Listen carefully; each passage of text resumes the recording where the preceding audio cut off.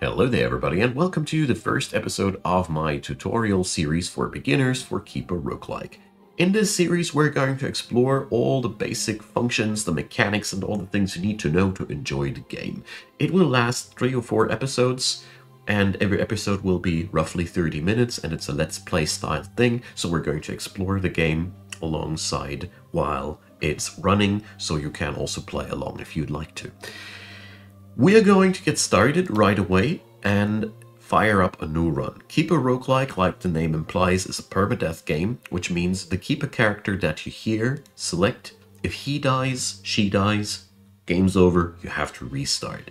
We are selecting a knight and not a mage, because mages and knights have different starting abilities, and I personally felt like the knight is much better suited for a tutorial, but don't let you shy away from selecting the mage if you like to.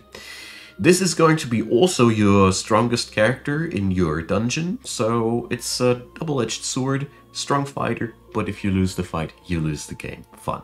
So let's start the new game, and now it'll fire up a world map for us. We can re-roll that map as often as we want to.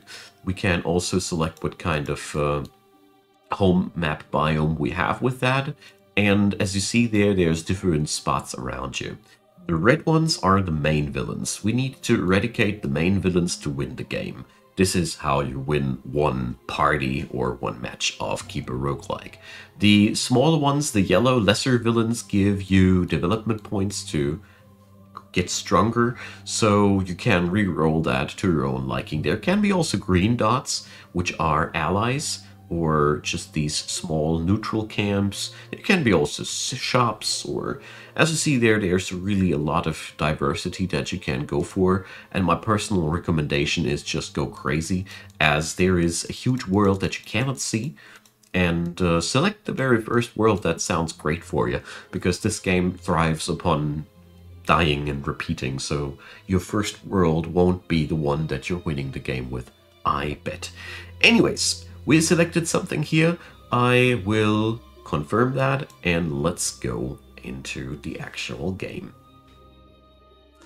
We get now our home bio. That is where we are building our dungeon, which will be our grand base of operations in the game.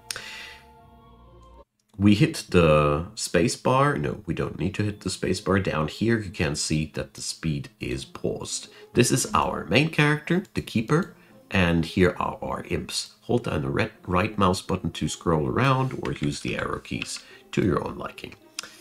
When we click the map, we can see here that there are surprises hidden on the map, and around us we can see all the goodies that we got. Our goal now is to build here a dungeon that we can conquer the world with. If you hit here the compass rose thing, you see your environment, and all these dots here are our main objectives. But before we can go there, we need to go back to the basics. First off, down here you see your resources. There's gold, wood, stone, iron, and a couple of high fantasy things that we don't even need to talk about, except for corpses. I think these are very straightforward. We see here our current population. We have imps and the keeper, and mind you that the imps are not counting into the population. Imps are your workers. They are just the people that do the mining, the building, and all those things in between. We are going to go now over to the pickaxe icon, select structure, and dig or cut trees where we're going to want to go to. The hotkey for that is D, so D for digging. I really find that pretty easy to see. So we're going to drag and drop over the trees here, and they get now marked for cutting. If there's any one thing that you didn't want to cut, you can just select the same tool again and apply it a second time, and it gets deselected.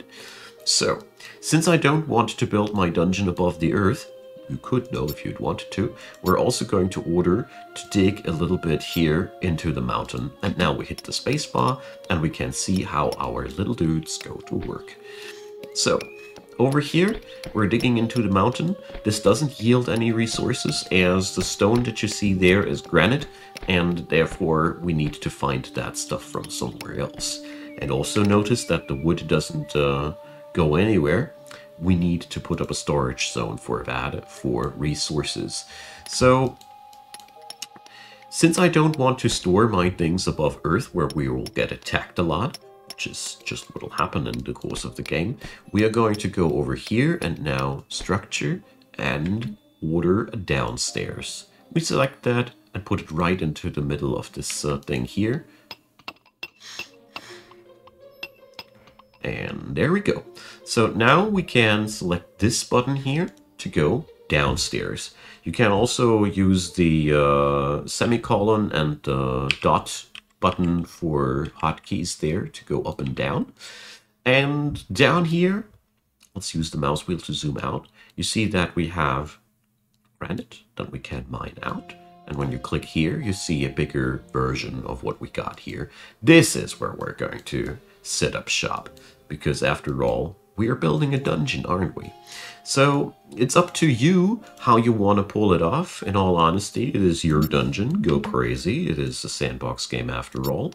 And therefore, you can decide for yourself how you want to do this. I just want to mention that the faster you build buildings that are training rooms, storage rooms, and whatnot, the earlier the enemy that enters your base will have access to these areas. So if you want to have a dungeon that is really well fortified, you can and should lure your enemies through a obstacle course of traps and whatnot. So downstairs here, we're now going to assign a resource storage zone. This is where your people will dump stuff pretty much unsorted. Everything which is a resource will be dumped here. It ain't really ideal, but it is where we're going to start with.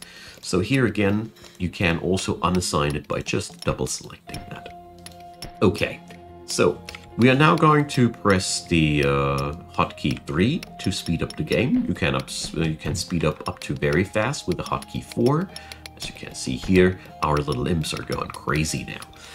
So we're going to go back to normal speed though and assign a little bit more tree cutting, as wood is a really important resource that we're going to utilize.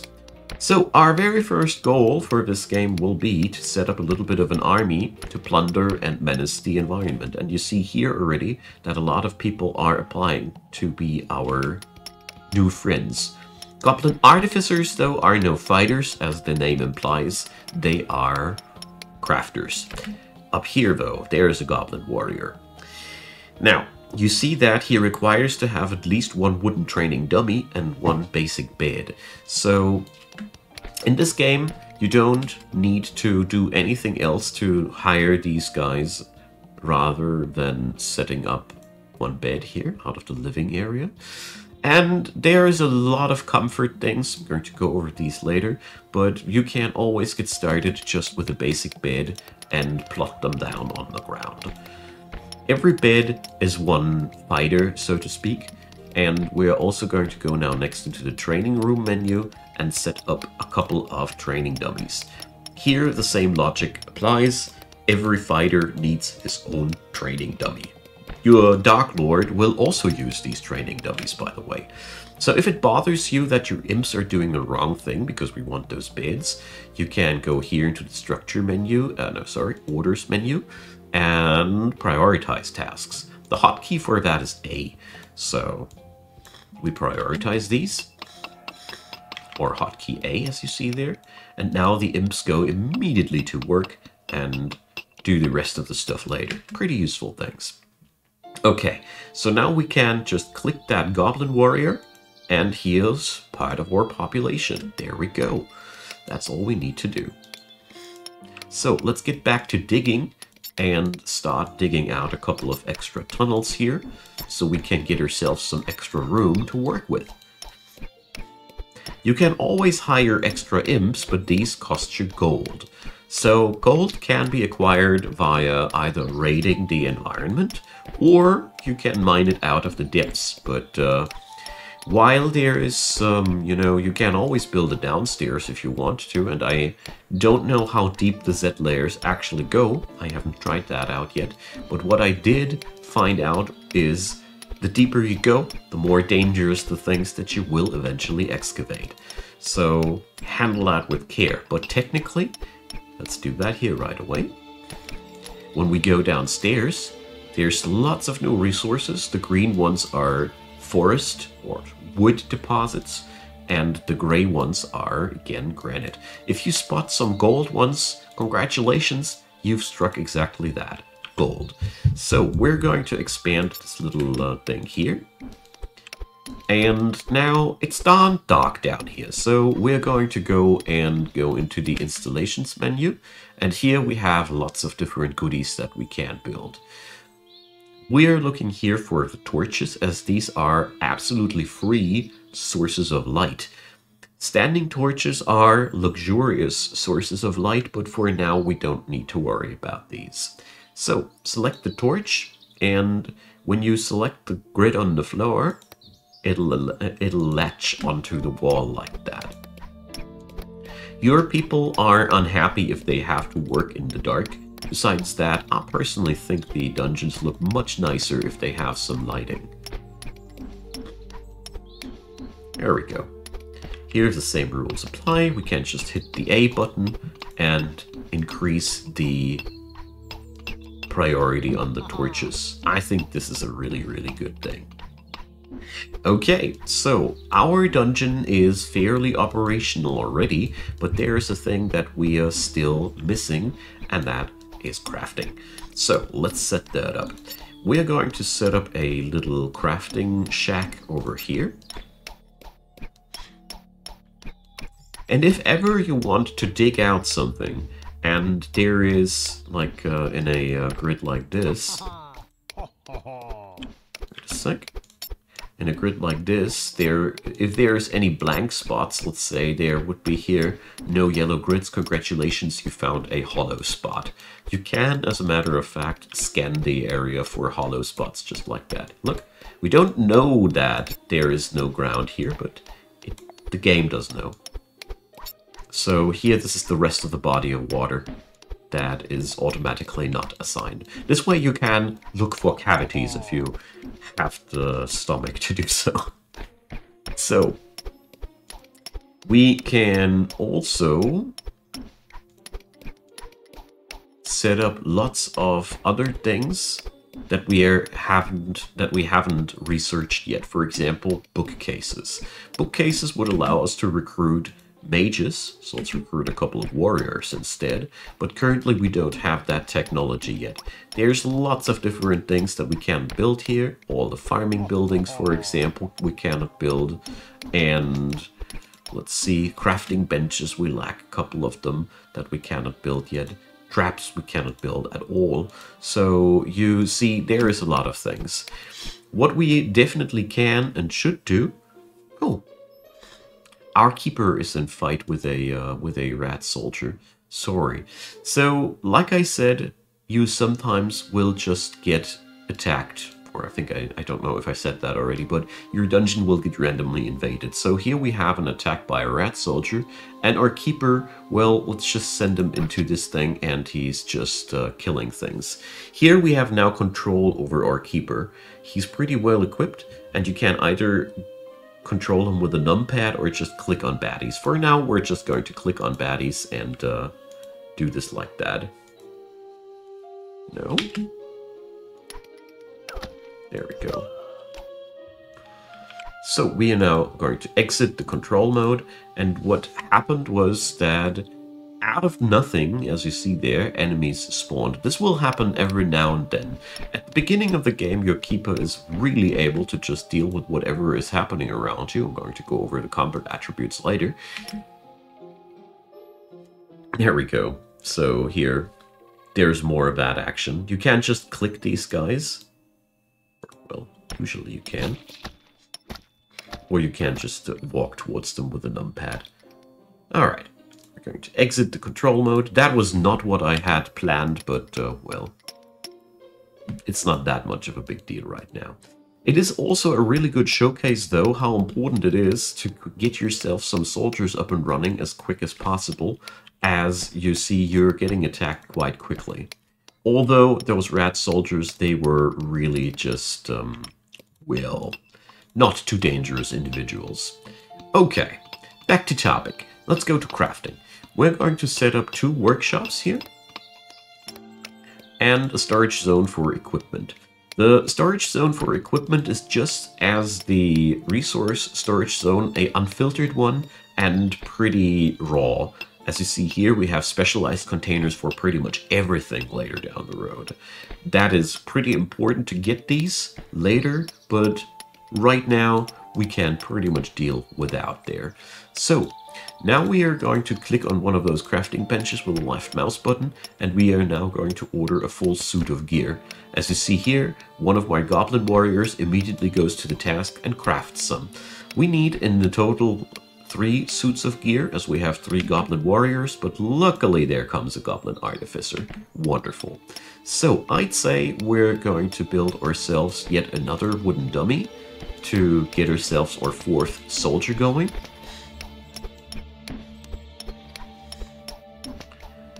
There we go. The goblin artificer is now going to pick up the work there as well. And as you see here, they're automatically picking up these tasks. If you ever wonder if something gets done or not, you can here click Show Tasks. And you see here all the jobs that are currently issued. And if there is an icon behind them like that, somebody already is dealing with that task. Okay. So there we go.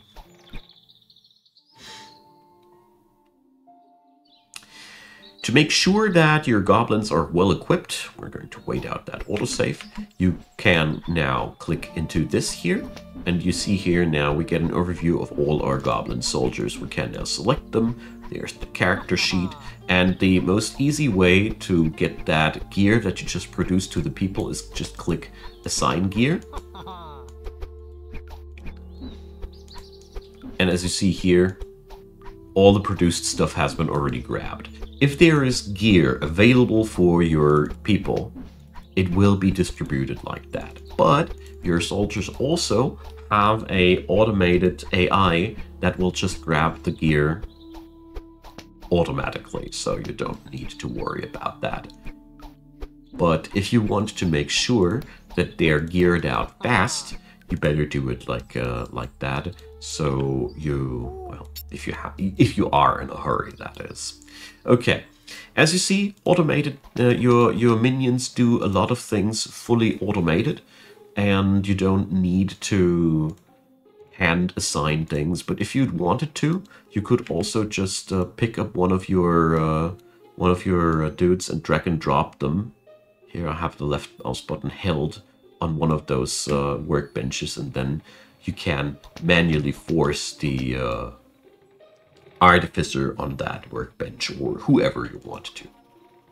Everybody in this game has a character sheet, and I want to quickly talk about what you see here. Here you see the damage and defense. These are really easily explained. Attack tries to overcome defense. If defense is higher than attack, then at some point, if you have double as much defense as you have attack, it becomes really hard to hurt the person. And if you have double the attack, then the enemy has defense. You have a pretty fair chance of actually one-shotting people. That's a rough estimate, so you have an idea of what you're getting yourself into. The other numbers here are the crafting skills of these. So your goblin artificers can use furnaces, workshops, forges, laboratories, and jewelers. If we go over to our goblin warriors, we can see they can use forges and workshops, but to a much lower degree than the other dude. So there is also a parry rating, which protects you from losing your defense skill from being surrounded, because that's also a thing. If you're being surrounded, the game deducts a certain amount of defense off of your character. Okay, as you see here, the new guy, assign gear, and grayed out means he's up to picking up that stuff. To make things more orderly, we are now going to set up an armor rack here, and a weapon rack. Then these things will be stored. But having a generalized zone is a good thing, as this will yield you room for all the things that you don't have a stockpile building for yet.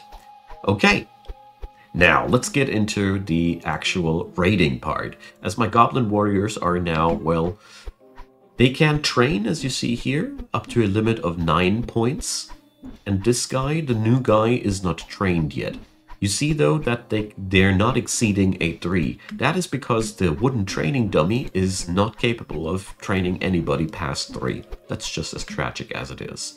Now, let's set up a raiding party. I go here and drag and drop the Goblin Warriors. I left-click Goblin Warrior category and put them into a new team. So here we go.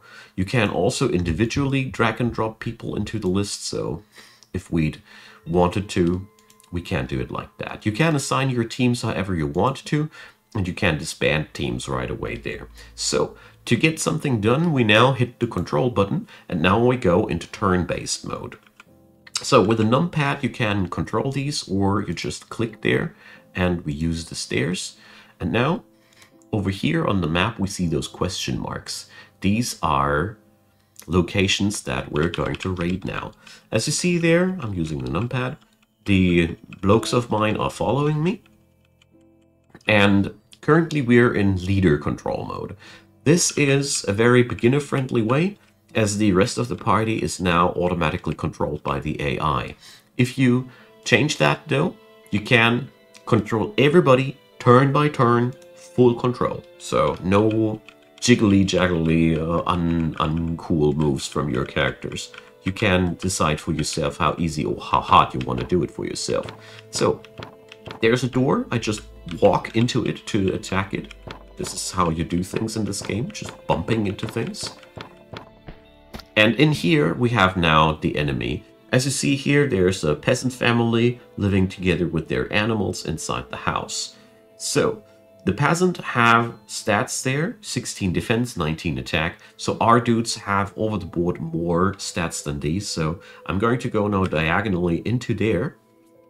And if you press the space bar, you can pass a turn.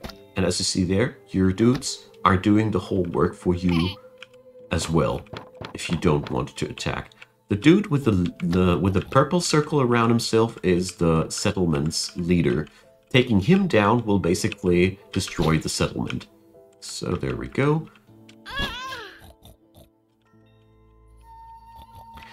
Generally said, raiding is best done at night, as the vision of your enemies is impaired during night. A bit to say so is yours, but it is also the case that the enemy, if they use ranged attacks, it really hurts you a ton if the enemy can see you well. Alright, we still need to get that leader, which is much harder to kill than he usually should be. Usually these leaders, they just run into you and fight until the death. This guy is a real coward. Okay, so this is the message that you're looking for. This means you've destroyed successfully the location. Alright, don't worry about the loot. We're going to do that later a different way. Okay, so there is still a question mark here, but my dudes are pretty banged up, so we're going to exit the control mode. You see here what we destroyed, killed, however you want to call it, and, oops, wrong button. And now we're going back to our home turf. So, you see now down here, pillage. So we can now left-click all the things that we want to have, and then our minions will automatically go there and gather that stuff for us. So it's a quite nifty thing. What we are lacking right now is granite to store the corpses, but beyond that, everything else will get stored here automatically. We also gained experience. Destroying things on the world map yields experience. You always will have 2 nodes, or I think it is always 2 nodes like these on your home turf that are super easy to destroy. After that, you gain new experience by destroying either lesser villains or main villains. That's how you gain experiences. These experience points can be used to unlock new technologies. alchemy, chicken breeding, and many, many other things. We are going to get started here with sorcery, and since we chose the fighter background, we got iron working as our starting technology, which unlocks the ability to use iron, which is really cool. We could have gotten that as our first unlock here, so that's why I said you can choose either or, but we're going to select sorcery now. Okay, with that, we can now go for our last building, which will round up our today's episode quite decently. So here go the bookshelves, pressing C for the torches, and setting up a couple of beds more. So in a grand total, we want 10 beds. Alright, so also our keeper is now able to skill up his spell damage here, because you are not bound to be only a fighter. With your Dark Lord, he can learn a little bit more. Everybody here that you recruit has certain limits in his learning. So there is a certain skill gap for people. And as you see there, this is also different between different fighters. So this guy here is a wee bit better than others, but on the downside, he's vulnerable to magic. So there are differences between your minions. From now on, we can also recruit sorcerers as soon as they apply here. They will, though. You can also right-click these things here to get rid of them. And now let's continue what we started there. So let's control our dudes once more and go upstairs with the semicolon button. You can also directly force them to the next stairs, and you can also walk longer distances like that. Since our little guys are now well rested again, we're going to go for the other location here. And there it is. So there's a bandit cave usually. There it goes.